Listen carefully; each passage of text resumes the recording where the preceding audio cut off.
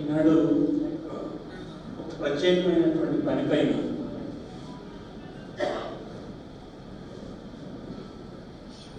ఈ జిల్లా బాధ్యతలు చూస్తున్నటువంటి రీజనల్ కోఆర్డినేటర్ కానీ,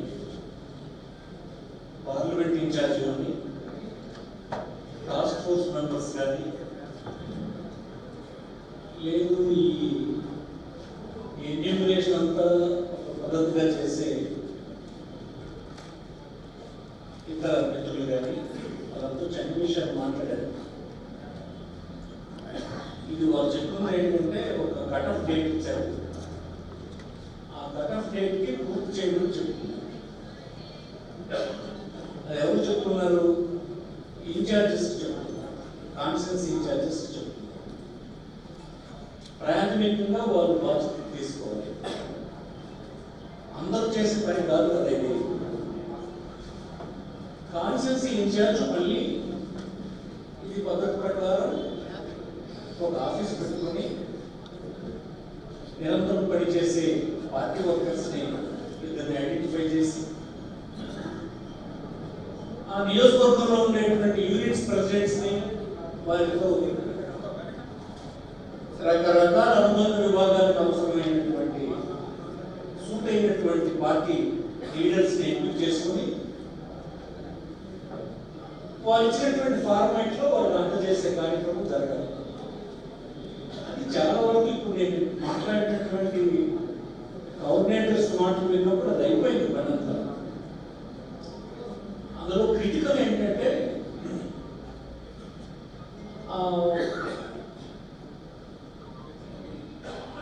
ఎపిక్ నెంబర్,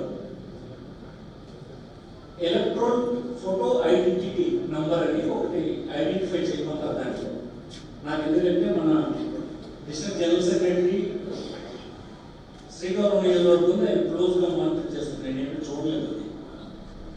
అతను ఒక ఇద్దరు త్వరలే ఇంజనీరింగ్ గురువులు పని పవన్ పెట్టుకొని నియోజకవర్గంలో ఉండేటువంటి మండల ప్రెసిడెంట్స్ని, ఇంపార్టెంట్ లీడర్స్ని వాళ్ళు కోఆర్డినేట్ చేసుకుని చేశారు. అంతా శ్రీకాకుళం నియోజకవర్గంలో 100 యూనిట్లు ఉన్నాయి, 50 వార్డులు, 51 వార్డులు. అంటే ఆమదాబాద్ మున్సిపాలిటీలో ఉన్నాయి, శ్రీకాకుళంలో 40 యూనిట్లు ఉన్నాయి, 51. తదితర పంచాయతీలు గారా రోడ్లు కలిపి ఒక 50 పంచాయతీలు, 102 యూనిట్లు ఉన్నాయి. ఈ 122 యూనిట్లలో కమిటీలు కూడా ఫార్మ్ చేశారు. 3 నాకు తెలిసి సాయంత్రం నేను అడిగితే పట్టణంలో 3 ఉండిపోయినాయని చెప్పారు. వైకుంఠరావు గారు టౌన్ సంబంధించిన లీడర్స్ ఆ 3 యూనిట్లని మీరు ఫార్మ్ చేసే పని అర్జెంట్గా చేయండి. ఎవరు లేకపోతే మనకు ఎవరు లేరని ఇక్కడ రాసించారు. ఎవరు దొరికితే ఎవరు దొరికితే వాళ్ళు నామినేట్ చేయండి. ఎందుకంటే ఇప్పుడు పెట్టినటువంటి వారు పని చేయకపోతే మళ్ళీ రీప్లేస్ చేసే పని కూడా చేస్తాం. ఏం కేవలం కంప్యూటర్లు నింపడానికి కోసం కాదు కదా. వీళ్ళకి ప్రతి విభాగానికి ప్రతి వ్యక్తికి ఒక పని కూడా దొరుకుతుంది. ఆ పనిలో వాళ్ళు సక్సెస్ కాలేకపోతే, చేయలేకపోతే, వాళ్ళు నిస్సహాయం వ్యక్తం చేస్తే ఈ పని మీరు చేయలేము, ఇంకో పని చేస్తామంటే రీప్లేస్ చేసే పని కూడా వాళ్ళు చేస్తారు. అందుకోసం మీరు ఎప్పుడు చేసే కార్యక్రమం చేయండి. చేస్తే మళ్ళీ చేస్తున్నారా లేదా అనేది తర్వాత చూద్దాం. అందుకోసం బై అండ్ లార్జ్ మాకు తెలిసి అసెంబ్లీ కోఆర్డినేటర్స్ పని చాలా వరకు చేసేసారు. ఈ ఎపిక్ నెంబర్ని కొద్దిగా ఐడెంటిఫై చేయడం కష్టమే. చాలా పని పెట్టుకొని మీరు చేశారు. ఊరికి వెళ్ళిపోయి ఊళ్ళో కూర్చొని వారు ఎప్పుడు ఉంటే రాత్రి తెల్లవారి కూర్చొని చేస్తేనే అది అయ్యేది.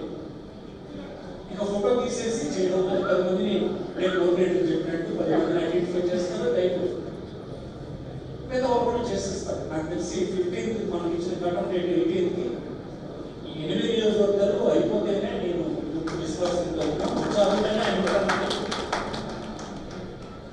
మొదట్లో కొంత నిరసన మాటలు మన వాళ్ళు మాట్లాడినా ఇప్పుడు మళ్ళీ చదువుతున్నారు. బహుశా అది చంద్రబాబు పుణ్యం అనుకుంటాను. ఎంటర్మెంట్ పడుతుండడం, హింసించడం, ద్వేషించడం,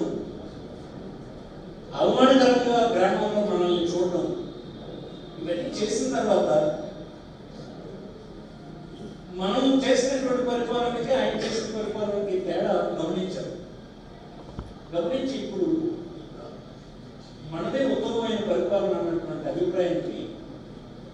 గడిచిన కాలంలో కొద్దిగా నిరసన వ్యక్తం చేసిన మన వాళ్ళు కూడా వచ్చినారన్నది నా అంచనా అని మీకు ఈ సందర్భంగా ఆలోచిస్తాను.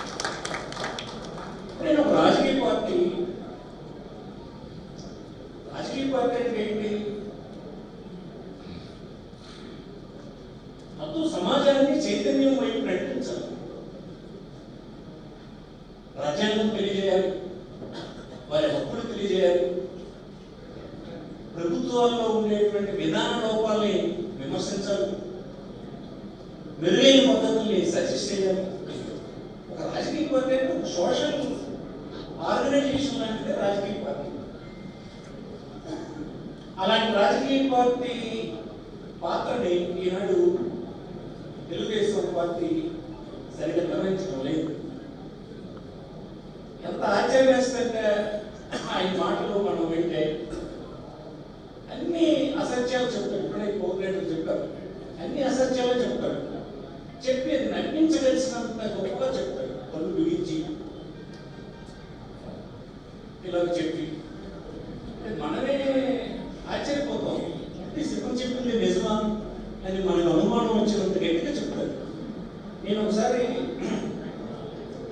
శాసనసభలో ఔటర్ రింగ్ రోడ్ నిర్మాణానికి భూమి ఎక్వైర్ చేస్తాను. హైదరాబాద్ భూమి ఎక్వైర్ చేస్తుంటే 6,000 కోట్ల ఒక్కది ల్యాండ్ ఎక్విజిషన్ అవుతుంది. అయినప్పుడు టీడీపీ అపోజిషన్లో ఉంది. వాళ్ళందరూ ఏంటి రోజు పత్రికల్లో విమర్శించబోదాన్ని పాములాలు తిప్పుతున్నారు. ఆ పాములాలు తిప్పడానికి కారణం వారికి అనుకూలమైనటువంటి వారి భూములను కల్పించే పని చేస్తున్నారు. ఇది అన్యాయంగా చేస్తున్నారని రోజు విమర్శించారు, పత్రికల్లో రాసేవారు. చీఫ్ మినిస్టర్ రాజశేఖర రెడ్డి గారు ఉన్నారు. ఒకరోజు అనుకున్నాను, ఈ రోజు పత్రికల్లో వచ్చిన వార్తల్ని మనం కంట్రోల్ చేయాలంటే మనకి అప్పటికి ఇంకా ఈ పేపర్లు వాళ్ళకి అనుకూలంగా ఉండే పేపర్లో రోజు చాలా పెద్ద ఎత్తున ఉండేది. రోజు వ్యతిరేకంగా రాయడమే. దీనికి ఎంత బాగా చేస్తుంటే మనకి ఎంత అన్యాయంగా ఇది రాస్తున్నారు. ఎవరు పేపర్ తీస్తే చూడడానికి భయం వేస్తుంది నాకు అని ఒక రాజశేఖర్. మరి ఎందుకంటే ఇది అసెంబ్లీలోనే మనం డిబేట్ పెడతాం. షార్ట్ డిస్కషన్ పెట్టి డిబేట్ పెట్టేస్తే రాష్ట్ర ప్రజలందరికీ వాస్తవాలు చెప్పడానికి ఈ ప్లాట్ఫామ్ మనకు ఉపయోగపడుతుంది అని నిర్ణయం తీసుకుని ఆ అసెంబ్లీ సెషన్లో ఒక వారం రోజుల తర్వాత అది షార్ట్ డిస్కషనే పెట్టించాం. మరి ఎందుకు ఇన్ని అపోహలు మీరు వేస్తున్నారు కదా, మీరు పార్టిసిపేట్ చేయండి, మేము చెప్తాము. అది మున్సిపల్ అడ్మినిస్ట్రేషన్ డిపార్ట్మెంట్ మంత్రి వద్దంది. కానీ ముఖ్యమంత్రి గారు ప్రసాద్ నువ్వు దీనికి జవాబు చెప్పు అని చెప్పేసి ఆయన కోనే రంగారావు గారు నాకే చెప్పించారు జవాబు. నేను ఒక 45 నిమిషాలు అన్ని రాజకీయ పార్టీలు అందరూ రోజంతా మాట్లాడారు దాని మీద. మాట్లాడితే నేను కూడా ఒక 45 నిమిషాలు లెక్క ఇచ్చాను దాని మీద. ఆ మరుసటి రోజు నుంచి ఎగనిస్ట్గా వార్త రాయడం అనేది పత్రికల్లో మరి లేకుండా ఉండేటువంటి చర్చ జరిగింది. నేను మళ్ళీ మధ్య ఎప్పుడో టీవీ ఆన్ చేస్తే చంద్రబాబు కేంద్ర పెద్ద వినిపిస్తుంది. ఆనాడు ఏది రింగ్ రోడ్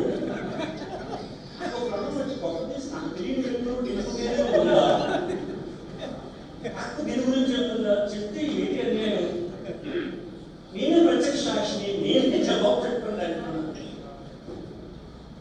అది ఏంటంటే కళ్ళతో తెలియదు కదా. నా అప్పుడు 15-20 సంవత్సరాలు లోపు పిల్లలకి కొంతమంది నొప్పుతారు కదా, జవాబు పెట్టుంటాడు, ఆమె సరిపోదాం అనుకుంటాడు. అంతేగాని ముఖ్యమంత్రిని అసత్యం మాట్లాడేస్తున్నానన్న భయం అయిన లేదు. రాజకీయ పార్టీలు కాదు, రాజకీయ పార్టీ సరైన దిశ వైపు నడిపించాలి. అలాగే మన చట్టం టైటిలింగ్ యాక్ట్ అందరూ తెలుసు. స్థూలంగా కేంద్ర ప్రభుత్వం ఇచ్చినటువంటి మోడల్ యాక్ట్. నీతి ఆయోగ్ అని ఒక సంస్థ ఉంది కదా, ఆ సంస్థ ఎప్పుడు 1989 నుంచి ఎక్సర్సైజ్ చేస్తుంది. ప్లానింగ్ కమిషన్ తర్వాత మారిపోయింది, నీతి ఆయోగ్ అయింది.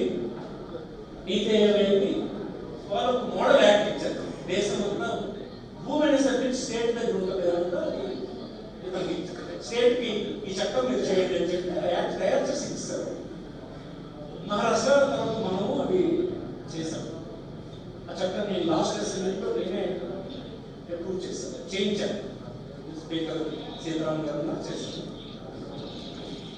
దాని గురించి ఏం చెప్పారు? ఆ పాస్బుక్ మీద జగన్మోహన్ రెడ్డి గారి బొమ్మ ఉంది కనుక ఈ భూమి అతను తీసుకుంటాడని మీ అందరు భూములు పోతాయని నమ్మించారు. నమ్మించడానికి మనల్ని ఓడించాలని ప్రయత్నం చేస్తున్న అన్ని వర్గాలు దాన్ని కలిసి అది అసత్యం అని తెలిసినా కూడా నీ భూమి పోత జాగ్రత్త, నీ భూమి పోత జాగ్రత్త నిజంగా అప్పటిదాకా ఏమీ తెలియనటువంటి వాడికి ఆ భూమిలో ఉన్నటువంటి వాళ్ళందరూ కొంతమంది చెప్తుంటే నిజంగానే భూమి పోతేమో వాడు ఎందుకంటే మంచిది ఎగ్జిస్ట్గా వైఎస్ఆర్సీపీకి వేద్దామని చెప్పి అంత బాగా నమ్మించి ఓట్లు తీసుకువెళ్తారు. ఆ స్పీడ్లో మనం ఏం చెప్పినా అనుకోలేదు. ఆ చట్టం ఇచ్చింది కేంద్ర ప్రభుత్వం, వాళ్ళతోటి వాళ్ళే జట్టు కట్టారు. ఆ టైంలో బీజేపీ దొంగ కూడా ఉంది. మీకు ఇచ్చే చట్టం ఎవరు చెప్పాడు అది దొంగ చట్టం అని ఎవరు లేదు. వాళ్ళందరూ కలిసిన రాజకీయ ప్రజల కోసం వాళ్ళు నోరు మూసుకుపోతుంది. డ్యామేజ్ జరిగింది జరిగింది కానీ ఒక రాజకీయ పార్టీ అలా చెప్పొచ్చా? అది నాకు వస్తుంది. ఆస్తి అనేది కాన్స్టిట్యూషనల్ రైట్. నేను జగన్మోహన్ రెడ్డి ఇంకొకరు ఇండియా ప్రెసిడెంట్ ఒకటి అయిపోయినా భూమి తీసుకోలేదు. అది ప్రాథమికమైనటువంటి హక్కు. అది చంద్రబాబు తెలుసు, మాట్లాడిన తెలుసు, ఆ పత్రికల్లో రాసినందుకు తెలుసు. దానికి అర్థం ఉండదు. కానీ నమ్మించగలుస్తారు, నమ్మించి రాజకీయ ప్రయోజనం పొందారు. పొందితే మీరేమంటారంటే ఒక రాజకీయ పార్టీ అలా ప్రజల్ని అటువైపు తీసుకెళ్ళొచ్చు. అది రాజకీయ పార్టీ. నిజానికి రాజకీయ పార్టీలు ఈ దేశంలో ఉన్న ప్రజల్ని అలాంటి అమాయకమైనటువంటి ఆలోచన వైపు తీసుకెళ్ళాలి. ఈ విషయంలో చంద్రబాబు చాలా తప్పు చేస్తున్నాడు. స్లోగా అన్నీ బయటకు వస్తాయి, స్లోగా అన్నీ తెలుస్తాయి. ఎందుకు ఇప్పుడు నేను అడుగుతున్నాను, ఈ ఛానల్ ద్వారా అడుగుతున్నాను. బీజేపీ ఉంది కదా, మీతో జడ్జిమెంట్ పార్టీ కదా, ప్రధానమంత్రితో అది దొంగ చట్టం, ఆ చట్టం ద్వారా భూములు ఎవరైనా దొబ్బొచ్చు, ఒక ముఖ్యమంత్రి దొబ్బొచ్చు అనే మాటను పంపించి మేమందరం రాజకీయాల నుంచి వదిలిస్తాము. అనిపించు ప్రధానమంత్రి చెప్పి అనిపించు, ఆ చట్టం దొంగ చట్టం అనిపించు. దొంగ చట్టం తీసుకొచ్చే పని బీజేపీ చేసిందా? నువ్వనేది అదే కదా. అది దొంగ చట్టం, భూములు దొబ్బే చట్టం అయితే అలాంటి భూములు దొబ్బే చట్టాన్ని నరేంద్ర మోడీ నాయకత్వంలో ఉండేటువంటి బీజేపీ ప్రభుత్వం రాష్ట్రానికి ఇచ్చిందా? ఆ డ్రాఫ్ట్ నువ్వు అడగయా, నువ్వు చెప్పించోయా అతనితో. రాష్ట్ర ప్రధాని అందరికీ నేను చెప్తాను ఈ ఛానల్ ద్వారా. ఎందుకంటే ఆ కోర్టు కూడా నేను డీల్ చేశాను కనుక. అన్ని ఒకసారి అధికారం పోతే వచ్చి ప్రశ్న లేదు. పోతుంటే వస్తుంది, అధికారం వస్తుంది, మళ్ళీ ఎవరికన్నా మళ్ళీ వైఎస్ఆర్ పార్టీ రాష్ట్రంలో వస్తుంది. 40 సంవత్సరాల ఎక్స్పీరియన్స్, మీరేం అనుకోవట్లేదు. అది మనం చేస్తున్న గొప్పతనం కాదు, అది మనం చేస్తున్న గొప్పతనం పక్కన పెట్టండి. వాళ్ళు చేస్తున్న పాడుపడులతోటే మన బంగారం లాంటి లోకేష్ ఉన్నాడు, మన గేట్ కాదు బాగున్నాయి. ఆయన నలించేది బంగారు పనులు పెట్టాలి. అందుకోసం అది కాదు. కానీ రాజకీయ పార్టీ అలా చేయకూడదు. అలాంటి రాజకీయ పార్టీ నా దృష్టిలో అధమ స్థితి రాజకీయ పార్టీ కదా. ఇంకా ఎన్నికలు వచ్చినప్పుడు మనం ఇవన్నీ గట్టిగా మాట్లాడదాం అందరం. కానీ ఈరోజు సైన్యం తయారు చేయాలి కదా. సైన్యాన్ని తయారు చేసే పనిలో నిమగ్నం అవ్వండి. మండల కమిటీ ప్రెసిడెంట్ ఉన్నారు, ఎన్నేళ్ళు అయింది మీకు వేసి. మీరు ఒకసారి మీరు మనసులో నువ్వు ఒక మీటింగ్ పెట్టావా? ఏ మండలి చాలా మంది వచ్చారు ఇక్కడ. నేను చెప్పాను ట్రిప్స్ తెలియలో చాలా పొరపాటు చేస్తుంది. మనం చేసినటువంటి పనులు మనం చెప్పలేదు, చెప్పలేదు. మన మీడియా లేదు, ఒకటే ఛానల్ సాక్షి ఉండేది, మిగతా కోఆపరేట్ చేసే అవుతుంది. దమాయించి మనం చేసే కార్యక్రమాలు ఎక్కువ కూర్చుపడేవి. ఒకటి జనంలోకి ఊళ్ళోకి ఎక్కించేటువంటి సమయం కూడా మనకు ఉండేది కాదు. గొప్ప గొప్ప పనులన్నీ చేశాం. ఉదాహరణకి మన జిల్లాలో Tekkali deep water port Moolapeta అంటారు. ఆ మూలపేట పోర్టు 4,600 కోట్ల రూపాయలు. స్వతంత్రం వచ్చి 50 సంవత్సరాలు అయిందే, ఇన్ని ప్రభుత్వాలు వచ్చేలే. ఒక ప్రభుత్వ కాలంలో అంటే ఒక 5 సంవత్సరాల కాలంలో ఈ జిల్లాకి ఈ 80 సంవత్సరాల్లో ఎంత పెద్ద పెట్టుబడి పెట్టినటువంటి ప్రభుత్వం గతంలో ఎన్నడూ లేదని దాని గురించి మన ఎంపీ ఏం చెప్తున్నాడు? చంద్రబాబు గారు ధన్యవాదాలు. దేని ధన్యవాదాలు అంటే మూలపేట పోర్టు కట్టాడు. ల్యాండ్ ఎక్విజిషన్లో మనం ఇచ్చాం, భూమి సేకరించాం, రైతులకు చెప్పాం, ప్రాజెక్టు శాంక్షన్ ఇచ్చాం, ఫౌండేషన్ స్టోన్ వేసాం, పనులు అయిపోయినాయి. అయితే ఆయన చెప్పి ఇలా చెప్తున్నాడంటే నాకు అనిపించింది, చంద్రబాబుకి ఇతనికి డిఫరెన్సెస్ ఉన్నాయా? అతన్ని రిలీజ్ చేయడానికి ఇంత అసత్యం మాట్లాడి అతను రిలీజ్ చేయడం ప్రయత్నం చేస్తున్నాడు. కాకపోతే ఆ అసత్యం మాట్లాడితే ఇతను నమ్మకం అయిపోతాడు కదా. ఏంటి ఇంత అబద్ధాలు పోరాడుతుందండి పోనీ ఈ ప్రభుత్వం ఆ ప్రాజెక్ట్ కంప్లీట్ చేయడానికి బడ్జెట్ నుంచి డబ్బిస్తుందా? కాదు. ఆ లోన్ అంతా మనం అంతకుముందు శాంక్షన్ చేయించింది, ఆ ఫైనాన్షియల్ క్లోజర్ అంతా మన దగ్గర జరిగింది అనుకుంటుంది. ఒక్క ఈవెంట్కి ఈ ప్రభుత్వానికి సంబంధం లేదు. అది చంద్రబాబు చేశాడని ఒక కేంద్ర మంత్రి ఎంపీ చెప్తుంటే బహుశా వారి మధ్య ఉన్నటువంటి సంబంధాలు ఒకరి పట్ల ఒకరి విశ్వాసం లేనటువంటి పరిస్థితి అయి ఉండాలి. కాకపోతే ఇలా పచ్చబద్దాలు చెప్పేస్తే నమ్మిస్తారు జనం అనేటువంటి కాన్ఫిడెన్స్ అయి ఉండాలి. అది కాదు నేను ఎయిర్పోర్ట్ బాగుంటుంది. బాగున్న ఎయిర్పోర్ట్ ఏంటి? ల్యాండ్ ఎక్విజిషన్ మనం చేసాం, ఫైనాన్షియల్ క్లోజర్ మన టైంలోనే అయింది, ఫౌండేషన్స్ జగన్మోహన్ రెడ్డి ముఖ్యమంత్రి హోదాలో వేశారు. అక్కడ వచ్చి కట్టుకున్నటువంటి ఇతను పీపీపీ మోడ్లో తీసుకున్న జీవో మాకు చెప్పాడు, మీ నాన్న టైంలో హైదరాబాద్ ఎయిర్పోర్ట్ అయింది, నీ టైంలో ఇది అవుతుంది, నా సొంత ఎయిర్పోర్ట్ ఇది, నేను టైప్లీ చేసి 26 సంవత్సరానికి నేను ఓటు చేస్తాను. ల్యాండ్ ఎక్విజిషన్ అంతా చేయించాం. ఎయిర్పోర్ట్ తెచ్చే డబ్బు అప్పు ప్రైవేట్ డెవలపర్ తెచ్చుకుంటాడు. డబ్బు అప్పు తెస్తుంది, ప్రభుత్వం గ్యారంటీ ఇస్తుంది. తనకు ఒక 50 సంవత్సరాలు 60 సంవత్సరాలు ఇవ్వడం ద్వారా చూస్తుంటే చంద్రబాబును కట్టాడని చెప్పేసి నమ్మిస్తుంటే ఈ ఆయుధాలన్నీ మనకు ఉన్నాయి.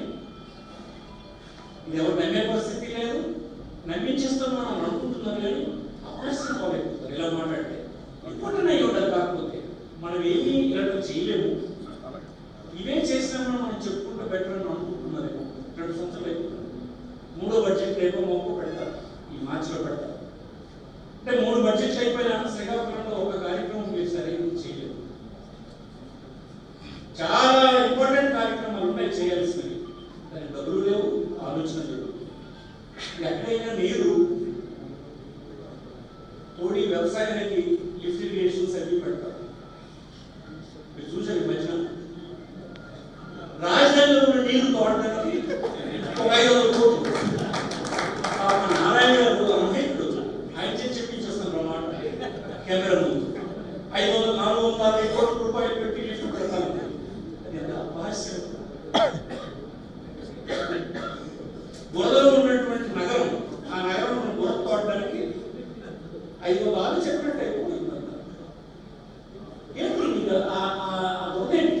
ఆ కాన్షియస్ ఇన్ని లక్షల తప్పులు చేసేసి మా అందరి నోట్లో మట్టి కొట్టి మాకున్న పనులు కనీసం ఏమి జరగకుండా చేసి డబ్బులు అక్కడ 5 సంవత్సరాలు మీరు పెడితే మరొక హైదరాబాద్ లాగా ఎప్పుడో యాజిటేషన్ రాదా? అన్ని నువ్వు చేసిన తర్వాత అమరావతి అంటాడు. ఇక్కడికి శ్రీకాకుళంలో విశాఖపట్నం రావడానికి వీల్లేదు, మాకే ఇబ్బంది ఉండిపోవాలనే రోజు హైదరాబాద్లో ఎప్పుడు వస్తుంది కదా. మళ్ళీ మనం అదో చేసి మళ్ళీ రాదు. చెన్నై నుంచి కర్నూలు నుంచి హైదరాబాద్ నుంచి విజయవాడ నుంచి ఎక్కడికి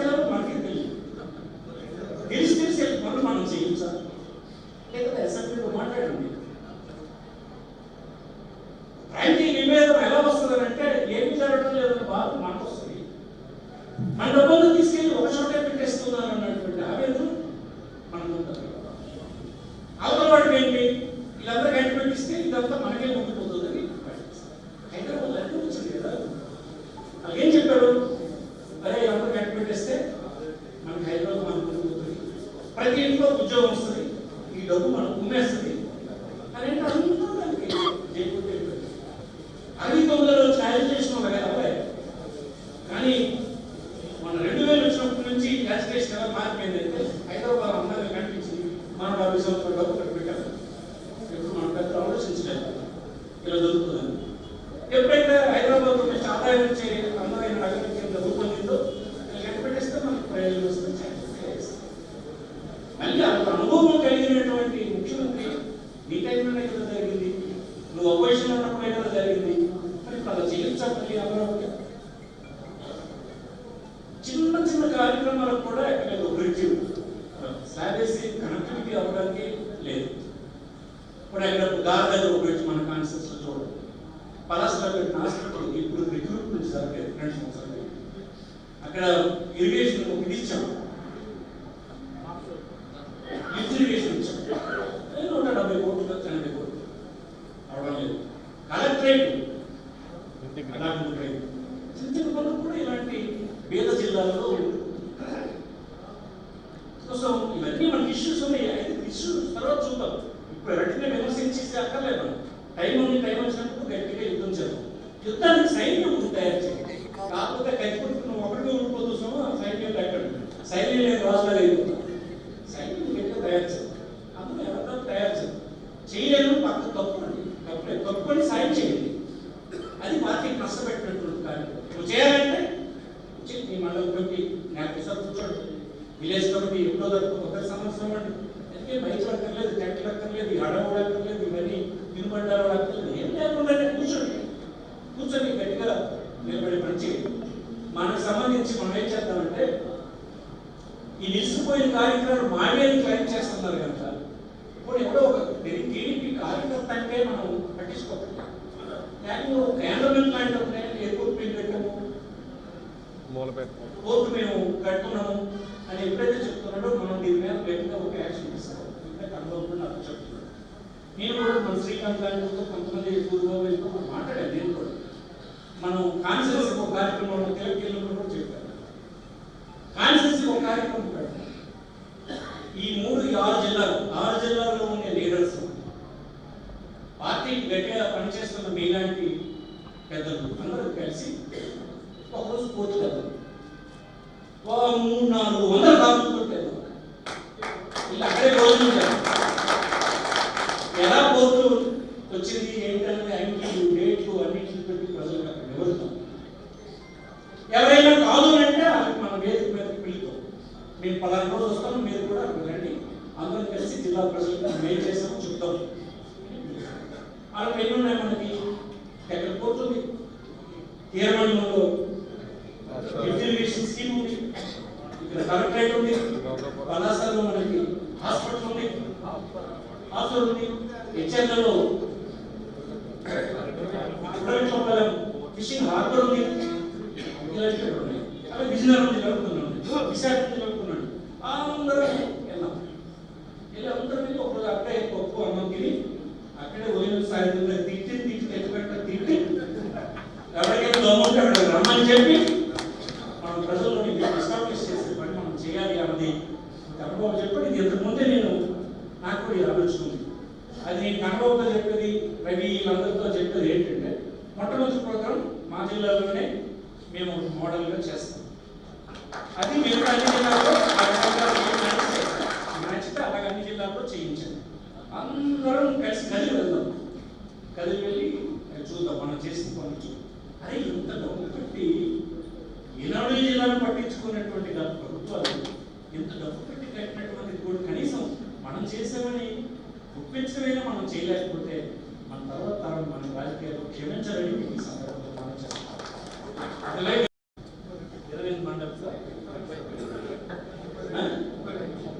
మండల్ యూనిట్ టౌన్ సర్వీస్ 32 యూనిట్లు ఎవరు పెట్టరు? మీరు ఏదో ఒక విషయం మీద మీరు పెట్టాలి కదా.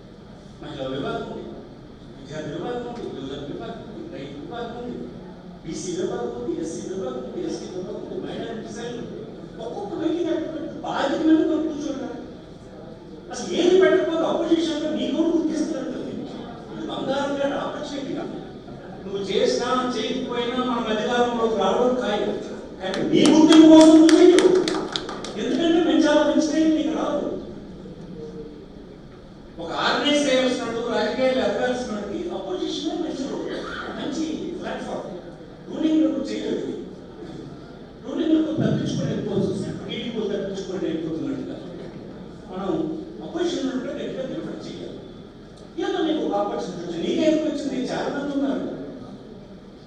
అలాగే పార్టీ ఉంది, చదువుకుంది, ఈ జిల్లాలో ఒక పెద్ద community representative, women wing president అయింది.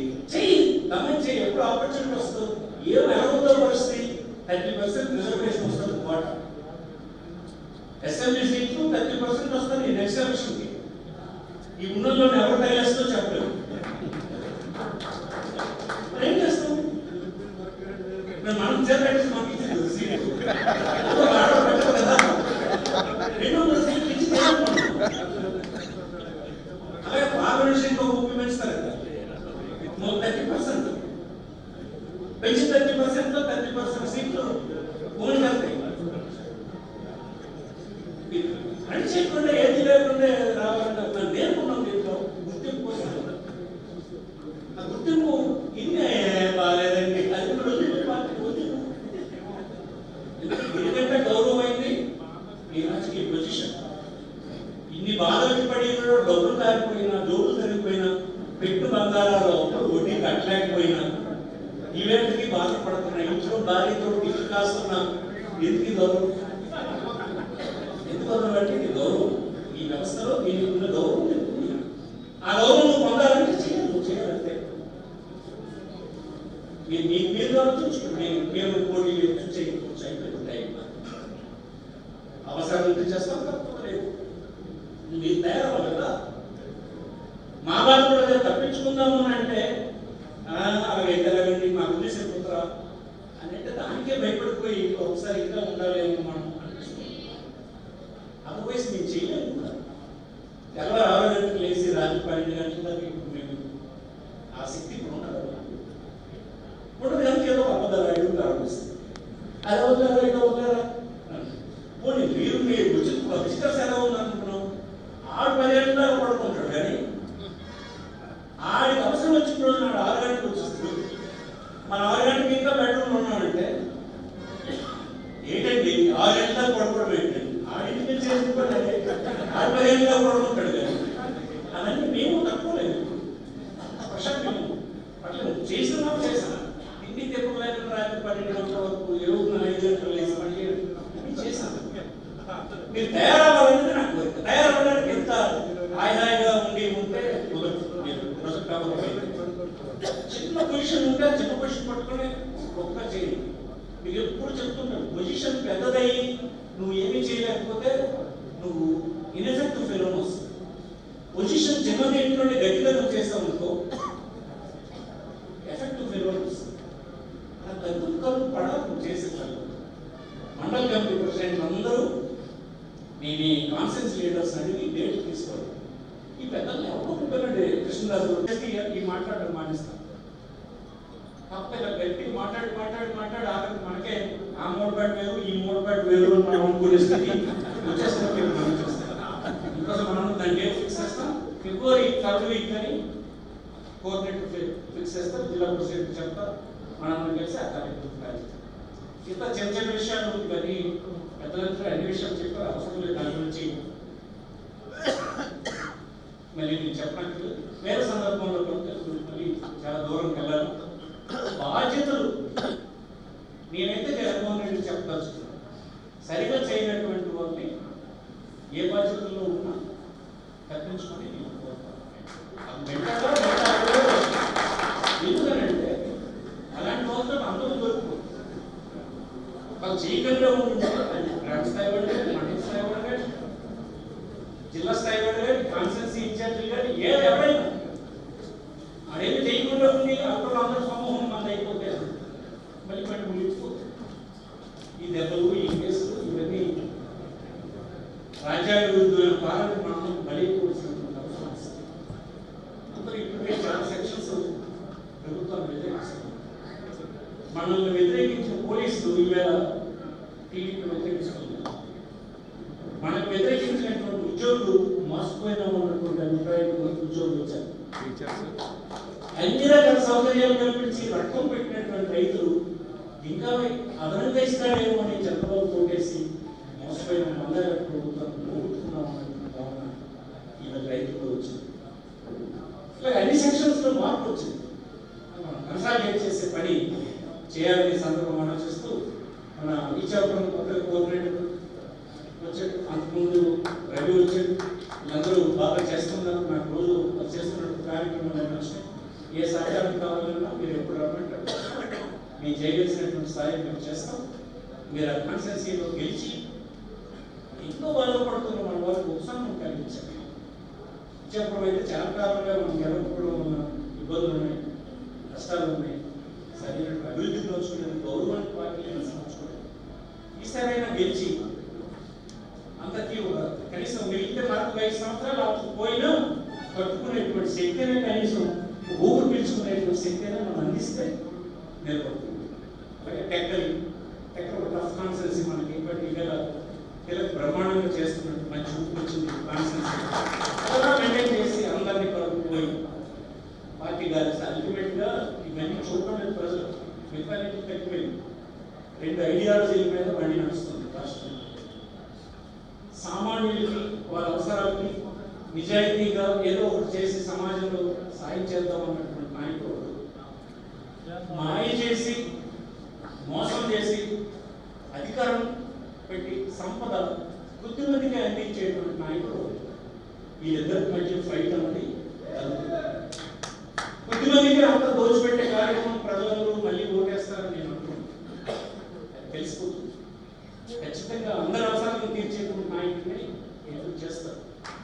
అది మన నాయకుడే ఆ స్థితిలో ఉన్నాడు. ఖచ్చితంగా మనకు వస్తారు. గుర్తి శ్రమపడండి.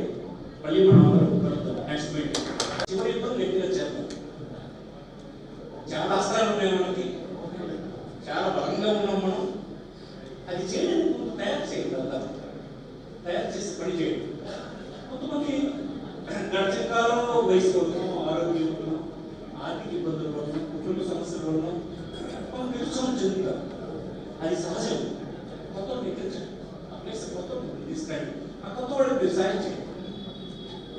ఎప్పుడు నష్టపోయినవాడు అవుతావంటే నువ్వు పార్టీకి ఒక బాధ్యత తీసుకుని నువ్వు చేసేవాడికి ఒక అప్పుడు నువ్వు ద్రోహితుంటే పార్టీ నువ్వు చేయలేకపోతే వదిలేసి వేరే వాడికి ఇస్తే.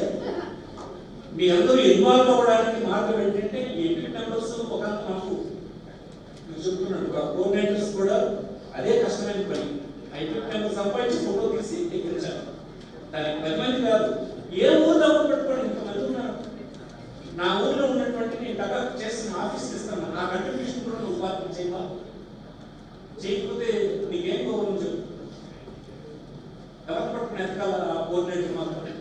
నా ఊళ్ళో ఎవరున్నాడు, జిల్లా కమిటీకి ఎవరున్నాడు, స్టేట్ కమిటీకి ఎవరున్నాడు, అడుగుల విభాగంకి ఎవరున్నాడు, వార్డ్ కమిటీకో విలేజ్ కమిటీకి ఎవరున్నాడు, అప్లై తీసుకుని గంట కూర్చుంటే నీకు అయిపోయి పని.